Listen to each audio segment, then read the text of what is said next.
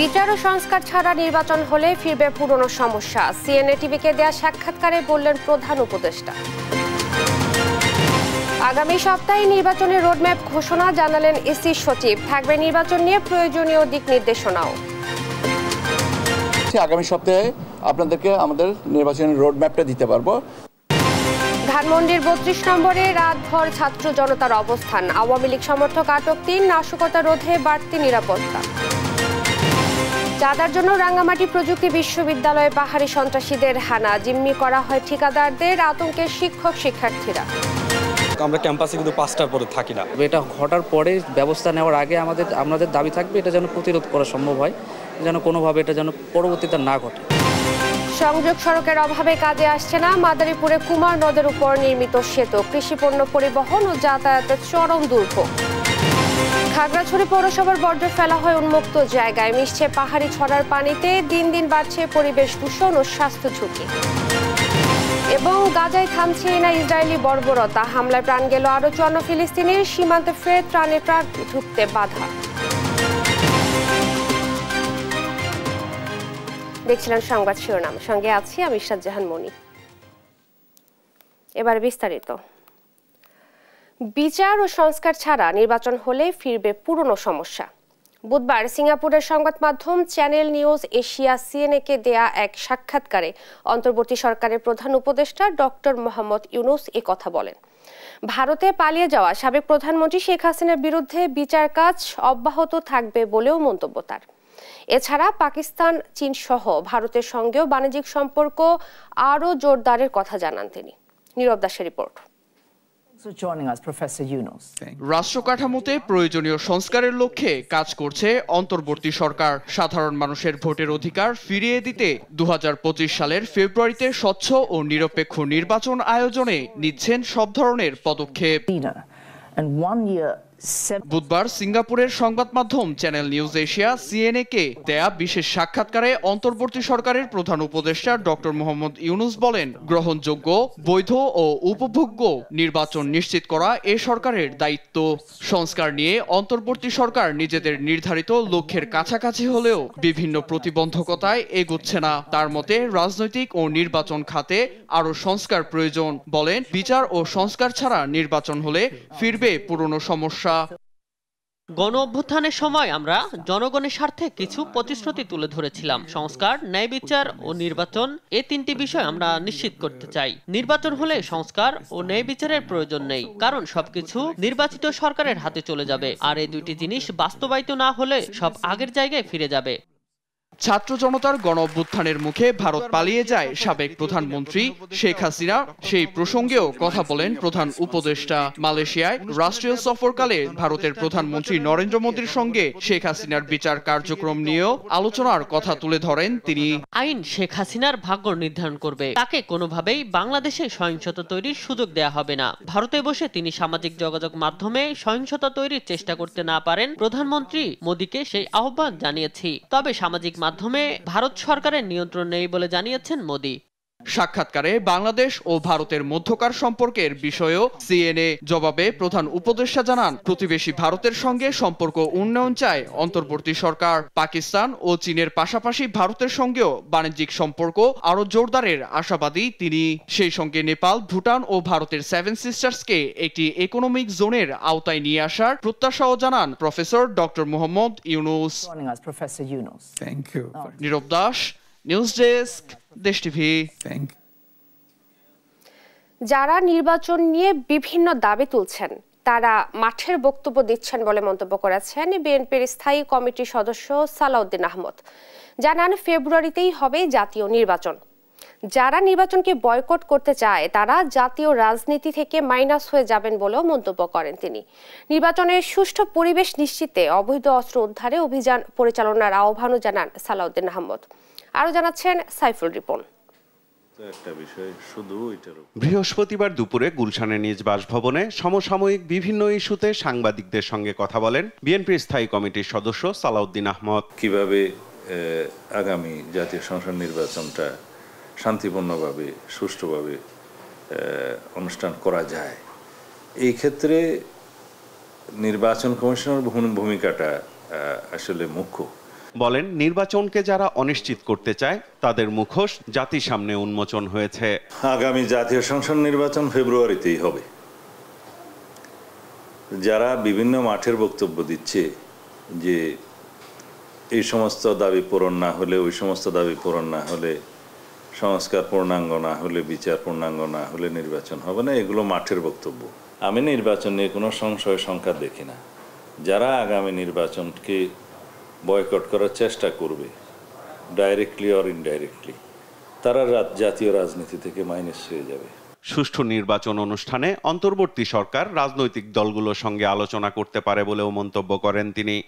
যাদের সাথে আমাদের জোট করলে নির্বাচনটা শান্তিপূর্ণ এবং সুষ্ঠু এবং একটা ইনক্লুসিভ আমাদের মতো করে আমরা করতে পারবো।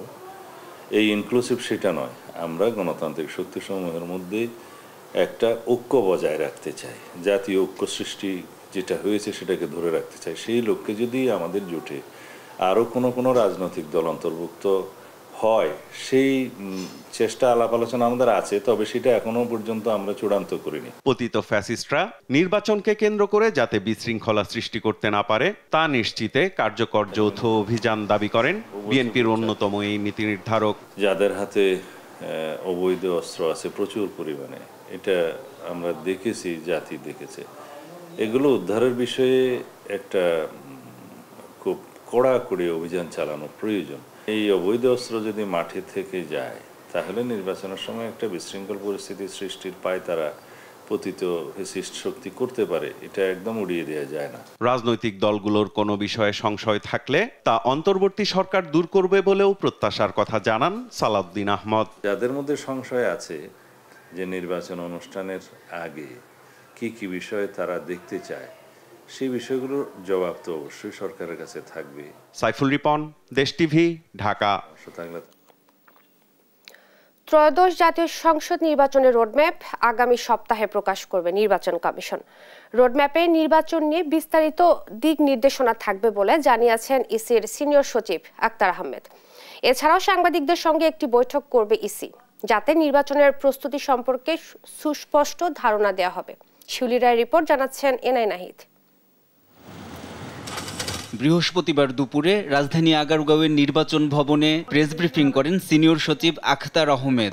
এর সাথে আরো আমরা যে এই সময় তিনি জানান, পর্যবেক্ষকদের কাছ থেকে ৩১৮টি আবেদন পাওয়া গেছে, যেগুলো পর্যালোচনা করা হচ্ছে। যারা পর্যবেক্ষক হিসেবে আবেদন করেছেন ৩১৮টা আবেদন পেয়েছে, এটা পর্যালোচনা চলছে। ২২টি রাজনৈতিক দলের নিবন্ধন হয়েছে। প্রাথমিকভাবে প্রয়োজনীয় তথ্যের জন্য ও পর্যবেক্ষণের জন্য ফিল্ডে পাঠানো হবে বলেও জানান তিনি। ২২টা যে রাজনৈতিক দলের নিবন্ধন যেটা হয়েছে, যে প্রাথমিকভাবে তাদেরটা ফিল্ডে পাঠাবো আমরা আমাদের তথ্যের জন্য। আখতার আহমেদ বলেন, আগামী সপ্তাহে নির্বাচনের রোডম্যাপ ঘোষণা করবে নির্বাচন কমিশন এবং সাংবাদিকদের সঙ্গে একটি বৈঠক করবে ইসি, যাতে নির্বাচনের প্রস্তুতি সম্পর্কে সুস্পষ্ট ধারণা দেওয়া হবে। এবং আমরা আশা করছি আগামী সপ্তাহে আপনাদেরকে আমাদের নির্বাচনের রোডম্যাপটা দিতে পারবো। এনআই নাহিদ, দেশ টিভি, ঢাকা। শেখ মুজিবুর রহমানের মৃত্যুবার্ষিকী ঘিরে ধানমন্ডি ৩২ নম্বরে রাতভর অবস্থান নেয় বিএনপি ও এর অঙ্গ সংগঠনের নেতাকর্মীরা। আচরণ সন্দেহজনক মনে হওয়ায় ও সামাজিক যোগাযোগ মাধ্যমে লাইভ করায় বেশ কয়েকজনকে আটক করে পুলিশে দেয় তারা। এদিকে নাশকতা ও অপ্রীতিকর ঘটনা এড়াতে সতর্ক অবস্থানে রয়েছে পুলিশ। আলিমুজ্জামান সাফওয়ানের রিপোর্ট, জানাচ্ছেন মাকদুরা মিতি। শেখ মুজিবুর রহমানের মৃত্যুবার্ষিকী উপলক্ষে কার্যক্রম নিষিদ্ধ থাকা আওয়ামী লীগের নেতাকর্মীরা যেন জমায়েত হতে না পারে, সেজন্য ধানমন্ডি ৩২ নম্বর ও আশেপাশের এলাকায় কড়া নিরাপত্তা ব্যবস্থা নিয়েছে আইনশৃঙ্খলা বাহিনী। বৃহস্পতিবার সন্ধ্যা থেকে ৩২ নম্বরে অবস্থান নেয় বিএনপি। বিক্ষোভ মিছিল করে দলটির বিভিন্ন ইউনিটের নেতাকর্মীরা। সঙ্গে ছিল উৎসুক জনতার অংশগ্রহণ। তারা জানান, কার্যক্রম নিষিদ্ধ হওয়া কেউ আসলে রুখে দেয়া হবে। হাসিনার ঠিকানায় বাংলায় হবে না, মুজিববাদ মুর্দাবাদ। আমরা সারা রাতের অতন্ত্র প্রহরী, এখানকার যে কোনো রকমের ষড়যন্ত্র রুখে দেওয়া হবে। এই ফ্যাসিস্ট হাসিনার কোনো দোসর যাতে আর মাথা চারা দিয়ে না উঠতে পারে। সব ঐক্যবদ্ধ আছে এই বিধি, কোনো ফ্যাসিজমের কোনো দোসরদের আমরা ভয় পাই না। ইনশাল্লাহ কোনো সন্ত্রাস আমরা এগুলি কোনো তোয়াক্কা করি না। আমরা জনতা সব এক আছি, ইনশাল্লাহ আমরা সবাই ঐক্যবদ্ধভাবে এগুলি আমরা প্রোটেস্ট করব। রাত 12টার দিকে 32 নম্বরের সামনের রাস্তায় ককটেলের বিস্ফোরণ ঘটায় দুর্বৃত্তরা। সে সময় কয়েকজনকে আটক করে পুলিশ। এই বেশি লোকজন হওয়ার কারণে যেটা হচ্ছে, এর মধ্যে কিছু মাঝে মাঝে একটু গুজবের মতো ঘটনা ঘটতেছে। তা আমরা এরকম 2-3 জনকে আমাদের কাছে দিয়েও দিছে এখানকার কিছু লোকজন। তা আমরা ওইগুলো একটু যাচাই বাছাই করে, 3 জন মানে আমাদের কাছে আছে হেফাজতে, 3 জনের যাচাই বাছাই করে যেটা আইনগত ব্যবস্থা নেওয়া দরকার, যেটা হবে সেটা আমরা নিব। পরে ধানমন্ডি লেকের পাশে জুলাই গণ অভ্যুত্থান নিয়ে প্রামাণ্যচিত্র প্রদর্শনী ও সঙ্গীত আয়োজন করে ছাত্র জনতা। মাকদুরা মিতি, দেশ টিভি, ঢাকা।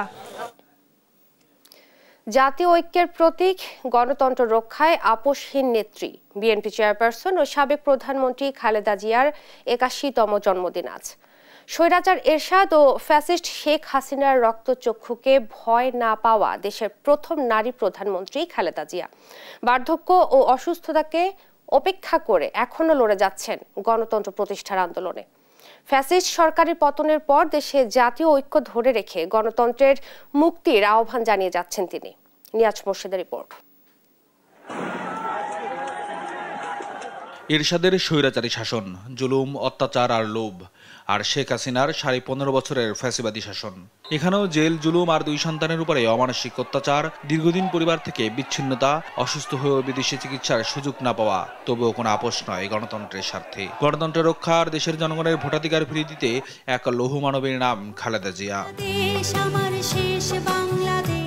4 দেয়ালের গণ্ডি পেরিয়ে সরাসরি বিএনপির নেতৃত্বে আসা ও বেশ কয়েকবার গণতান্ত্রিক উপায়ে সরকার গঠন করা আপোষহীন এই দেশনেত্রীর জন্ম 1945 সালের 15ই আগস্ট দিনাজপুরে এক সম্ভ্রান্ত মুসলিম পরিবারে।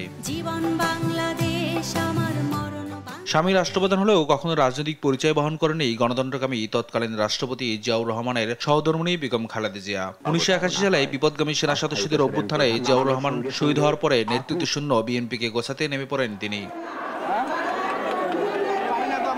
একদিকে দল গোছানো, অন্যদিকে স্বৈরশাসকের বিরুদ্ধে যুগপৎ আন্দোলনের নেতৃত্বে বলিষ্ঠ ভূমিকা রাখেন জাতীয়তাবাদী শক্তির এই কাণ্ডারি। গণতন্ত্রের প্রশ্নে মাথা নিচু না করে লোভকে পেছনে ফেলে নেতৃত্ব দিয়ে যান এরশাদ বিরোধী আন্দোলনের। স্বৈরাচারী সরকারের সঙ্গে আপোষ না করায় খেতাব পান আপোষহীন নেত্রীর। দীর্ঘ 8 বছর সংগ্রাম শেষে 1991 সালে জনগণের রায়ে জাতীয় সংসদে সংখ্যাগরিষ্ঠতা লাভ করেন তিনি। একাই 5টি আসনে বিজয়ী হয়ে দেশের প্রথম নারী প্রধানমন্ত্রীর মুকুট ছিনিয়ে আনেন। শুধু তাই নয়, তার ঝুলিতে যোগ হয় মুসলিম সংখ্যাগরিষ্ঠ দেশগুলোর মধ্যে দ্বিতীয় নারী সরকার প্রধানও। 7ম জাতীয় সংসদ নির্বাচনে খালেদা জিয়ার নেতৃত্বে সর্ববৃহৎ বিরোধী দল হিসেবে সংসদে বসে বিএনপি। 2001 সালের 1 অক্টোবর নির্বাচনে 4 দলীয় জোট জয়লাভ করে সরকার গঠন করে খালেদা জিয়ার নেতৃত্বে। দক্ষিণ এশীয় আঞ্চলিক সহযোগিতা সংস্থা সার্কের 2বার চেয়ারপারসনের দায়িত্ব পালন করা এই নেত্রী মেয়েদের 12 শ্রেণী পর্যন্ত বেতন মওকুফ ও মুক্তিযোদ্ধাদের অধিকার নিশ্চিতে মন্ত্রণালয় গঠন সহ দেশের মানুষের স্বার্থে অবিরাম কাজ করে গেছেন। রাজনৈতিক পট পরিবর্তনের কারণে আসে 111, বিচ্ছিন্ন হয় নিজের 2 সন্তান থেকে। তৎকালীন সরকারের নানা চাপ আর হুমকির মুখেও কারাবন্দী থেকে গণতন্ত্রের পক্ষে নিজের ইস্পাত দৃঢ় অবস্থান ধরে রাখেন খালেদা জিয়া। ছাড়েননি নিজের মাতৃভূমিও। 2008-এর নির্বাচনে আওয়ামী লীগ সরকার ক্ষমতা এলে শুরু হয় বিএনপির উপর নতুন করে জুলুম নির্যাতন। খালেদা জিয়াকে কারাবরণ করতে হয় মিথ্যা মামলায়। ছোট ছেলে আরাফাত রহমান কোকর মৃত্যু হয় বিদেশের মাটিতে। দীর্ঘদিন বড় ছেলেকেও কাছে পাননি। চিকিৎসার জন্য বিদেশেও যেতে দেয়নি ফ্যাসিস্ট সরকার। তবু আপোষ না করে গণতন্ত্রের জন্য লড়াই চালিয়ে গেছেন। জুলাই অভ্যুত্থানে পতন হয় ফ্যাসিস্ট সরকারের। মুক্ত হয় বিদেশে চিকিৎসার সুযোগ পান খালেদা জিয়া। শারীরিকভাবে পুরোপুরি সুস্থ না হলেও দেশের মাটিতে আবারও ফিরে আসেন গণতন্ত্রকামী মানুষের অভিভাবক হয়ে। আহ্বান জানান জাতীয় ঐক্যের। গণতন্ত্রের মাথা হিসেবে সমাদৃত খালেদা জিয়ার 81তম জন্মদিন আজ। দিনটি উপলক্ষে সারা দেশে দোয়া ও মিলাদের কর্মসূচি নিয়েছে বিএনপি। নিয়াজ মোর্শেদ, দেশ টিভি, ঢাকা।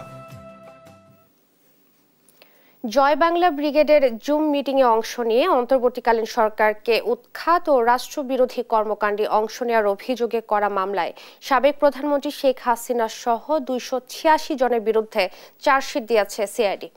যার প্রেক্ষিতে রাষ্ট্রদ্রোহের অভিযোগে হাসিনা সহ 286 জনের বিরুদ্ধে গ্রেপ্তারি পরোয়ানা জারি করেছেন আদালত। বৃহস্পতিবার ঢাকার মেট্রোপলিটন ম্যাজিস্ট্রেট আদালতে সিআইডির তদন্ত কর্মকর্তা চার্জশিট দাখিল করলে রাষ্ট্রবিরোধী কাজে লিপ্ত থাকার অপরাধ আমলি নিয়ে সব আসামির বিরুদ্ধে গ্রেপ্তারি পরোয়ানা জারি করেন আদালত। এ সংক্রান্ত প্রতিবেদন দাখিলের জন্য আগামী 11 সেপ্টেম্বর দিন ধার্য করা হয়। এর আগে 2025 সালের 27 মার্চ শেখ হাসিনা সহ 73 জনের বিরুদ্ধে রাষ্ট্রদ্রোহের অভিযোগে একই আদালতে মামলাটি দায়ের করেন সিআইডির সহকারী পুলিশ সুপার মোহাম্মদ এনামুল হক।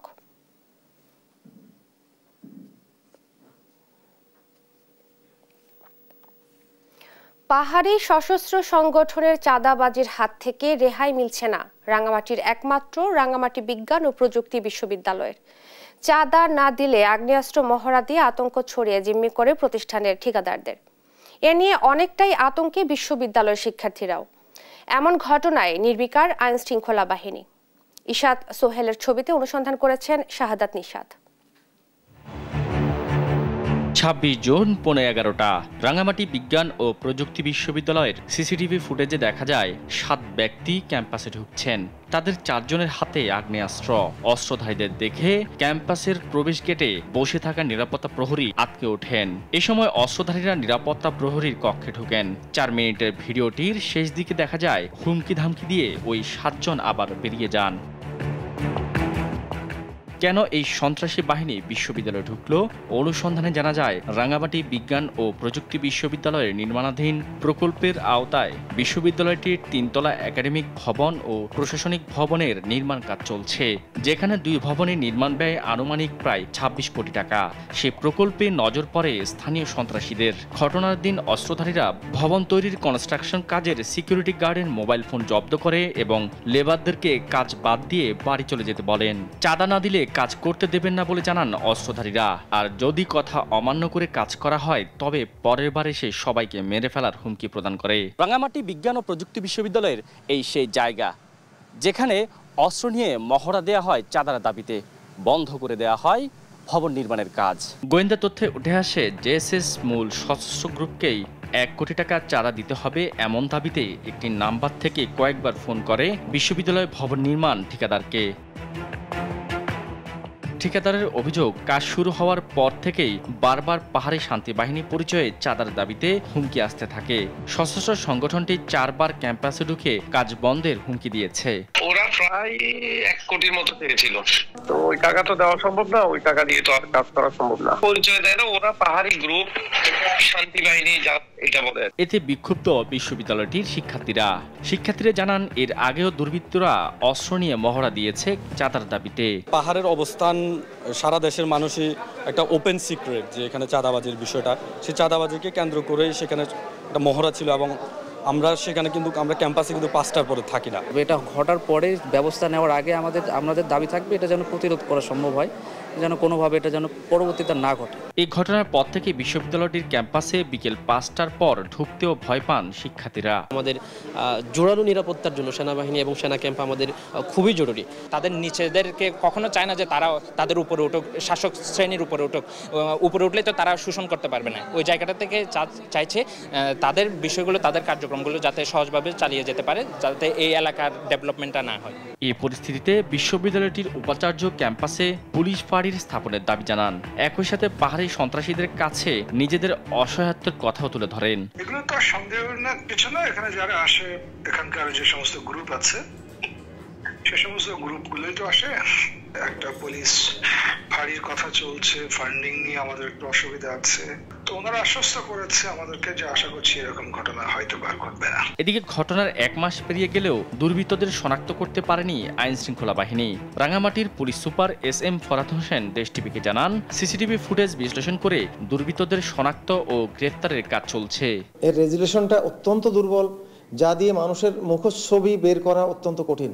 তারপরেও আমরা সন্দেহজনকভাবে যাদের পেয়েছি তাদের বিষয়ে আমরা অনুসন্ধান করছি এবং আমাদের একটা টিম কন্টিনিউয়াসলি এটার অনুসন্ধানে কিন্তু লেগে আছে। এই ঘটনায় দ্রুত ও কার্যকর পদক্ষেপ গ্রহণ করে আইন শৃঙ্খলা বাহিনী, স্থানীয় প্রশাসন ও বিশ্ববিদ্যালয়ের প্রশাসনের সমন্বয়ে একটি শক্তিশালী নিরাপত্তা ব্যবস্থা গড়ে তোলার প্রয়োজন বলে মনে করেন শিক্ষার্থী ও স্থানীয়রা। শাহাদাত নিশাত, দেশ টিভি, রাঙ্গামাটি। মাদারীপুর লক্ষ্মীগঞ্জে কুমার নদের উপর নির্মিত সেতুর উত্তর পাশে কোনো রাস্তা না থাকায় জনসাধারণের কোনো কাজেই আসছে না সেতুটি। শিক্ষার্থী ও স্থানীয়দের যাতায়াত সহ কৃষি পণ্য আনা নেয় দুর্ভোগ বেড়েছে স্থানীয়দের, এতে ক্ষুব্ধ এলাকাবাসী। মামলা জটিলতায় রাস্তা নির্মাণের কার্যক্রম বন্ধ থাকলেও শীঘ্রই পদক্ষেপ নেওয়ার আশ্বাস দিয়েছেন মাদারীপুর স্থানীয় সরকার প্রকৌশল অধিদপ্তর। সহকর্মী শিবশঙ্কর রবি দাসের রিপোর্ট, জানাচ্ছেন শায়লা খান। 2021 সালে মাদারীপুর লক্ষ্মীগঞ্জের কুমার নদের ওপর 99 মিটার একটি সেতু নির্মাণ করে স্থানীয় সরকার প্রকৌশল অধিদপ্তর। তবে সেতুটির দক্ষিণ পাশে সংযোগ সড়ক থাকলেও উত্তর পাশে নেই কোনো সড়ক। এতে ভোগান্তি বেড়েছে পাঁচখোলা, রাস্তি, কালিকাপুর সহ অন্তত 6টি ইউনিয়ন ও মাদারীপুর পৌরসভার একাংশের মানুষের। নিজ উদ্যোগে স্থানীয়রা বালু ভরাট করে প্রাথমিকভাবে সেতুটিতে যাতায়াতের ব্যবস্থা করেন, কিন্তু বৃষ্টিতে বালু সরে গিয়ে সেতুর উত্তর পাশে সৃষ্টি হয়েছে বড় বড় গর্ত। এতে দুর্ঘটনার শঙ্কায় রয়েছেন পথচারী ও এলাকাবাসী। সেতুর উত্তর পাশে কোনো সড়ক না থাকায় 8 কিলোমিটার সড়ক ঘুরে জেলা সদরে পৌঁছাতে হচ্ছে স্থানীয়দের। সেতুটির উত্তর পাশ থেকে রাস্তি ইউনিয়ন পর্যন্ত 2.5 কিলোমিটার সড়ক নির্মাণে 2.5 কোটি টাকার অনুমোদন দেয় সংশ্লিষ্ট অধিদপ্তর। পরিকল্পনার অভাব আর কর্তৃপক্ষের উদাসীনতা সংযোগ সড়কটি আজও নির্মাণ না হওয়ায় দ্রুত সংযোগ সড়ক স্থাপনের দাবি জানিয়েছেন এলাকাবাসী। রাস্তাটা ভেঙে যেতেছে, এদিকে আপনার প্রায় 400-500 পরিবার আছে, আমরা এদিকে 100 পরিবার আছি। এই যে আমাদের বাইক নিয়ে যাতায়াত করতে, এটা মানুষ হেঁটে যেতে পারে না, বাইক তো দূরের কথা, আমাদের খুবই ভোগান্তির ভিতরে আছি। ওই আইয়া কিছু ঠিক করে আর এই রাস্তাটা আজকে 3 বছর ধরে একতার আলাদার কাজ করছে, কিন্তু ওই রাস্তাটার কোনো নিয়ন্ত্রণই করে না। কি দিনে হালাই দিল, কি বিল করিয়া লয়ে গেল না, রাস্তাটাই ফেলে পরিষ্কার হইলো। আমাদের দুর্ভাগ্য হইতেছে, আমরা যে একটা শাক পাতা নিয়ে আমরা কাঁচা তরকারি নিয়ে আমরা বাজার দিতে পারতেছি না। ঠিক মতো করতে পারে নাই, স্ল্যাবগুলো কোনো রকম ভাবে বালির ভিতরে ধুয়ে গেছে, সেই স্ল্যাবগুলো এখন বৃষ্টিতে পইরা পইরা ধ্বংস হয়ে যাইতেছে। সকল সমস্যার সমাধান করে অতি দ্রুত সংযোগ সড়কটি সম্পন্নের আশ্বাস দিয়েছেন সংশ্লিষ্ট দপ্তরের কর্মকর্তা। আশা করি দ্রুত কাজটি রানিং করার সুযোগ পাব। আর এই মুহূর্তে বর্ষাকাল, চরম বৃষ্টি হচ্ছে, যার জন্য পুরো কাজটি বর্ষার ভিতরে হ্যান্ড ওভার দেওয়া সম্ভব হবে না। অতি দ্রুত সংযোগ সড়কটি নির্মাণ কাজ সম্পন্ন করে জনসাধারণের দুর্ভোগ কমাবে সংশ্লিষ্ট কর্তৃপক্ষ, এমনটাই প্রত্যাশা এলাকাবাসীর। শায়লা খান, নিউজ ডেস্ক, দেশ টিভি। খাগড়াছড়ি পৌরসভার বর্জ্য পাহাড়ের খাদে ফেলায় দুর্ভোগে এক গ্রামের শতাধিক পরিবার। বছরের পর বছর উন্মুক্ত স্থানে বর্জ্য ফেলায় দূষিত হচ্ছে পরিবেশ। পাহাড়ের ঢালে বর্জ্য না ফেলার দাবি এলাকাবাসীর। জনবহুল এলাকায় ডাম্পিং স্টেশন থাকলেও জনরোষে স্টেশনটি চালু করা সম্ভব হয়নি বলে জানায় কর্তৃপক্ষ। সহকর্মী অবু দত্তের পাঠানো তথ্য ছবিতে ফারজান আফরোজ টুম্পার রিপোর্ট। খাগড়াছড়ি শহরের অদূরে খাগড়াছড়ি চট্টগ্রাম মহাসড়কের পাশে পাহাড়ের খাদে ফেলা হয় পৌর শহরের বর্জ্য। উন্মুক্ত স্থানে বর্জ্য ফেলায় দূষিত হচ্ছে পরিবেশ। বর্ষা মৌসুমে পানির সঙ্গে মিশে এসব বর্জ্য ছড়িয়ে পড়ে পুরো গ্রামে। এতে ভোগান্তিতে পড়েন স্থানীয়রা। পাহাড়ি এলাকায় ব্যবহারের পানি না থাকায় ছড়ার পানি ব্যবহার করছেন বসবাসকারীরা। ছড়ার পানিতে বর্জ্য মেশায় কলেরা, ডায়রিয়া সহ বিভিন্ন রোগে ভুগছেন এলাকাবাসী।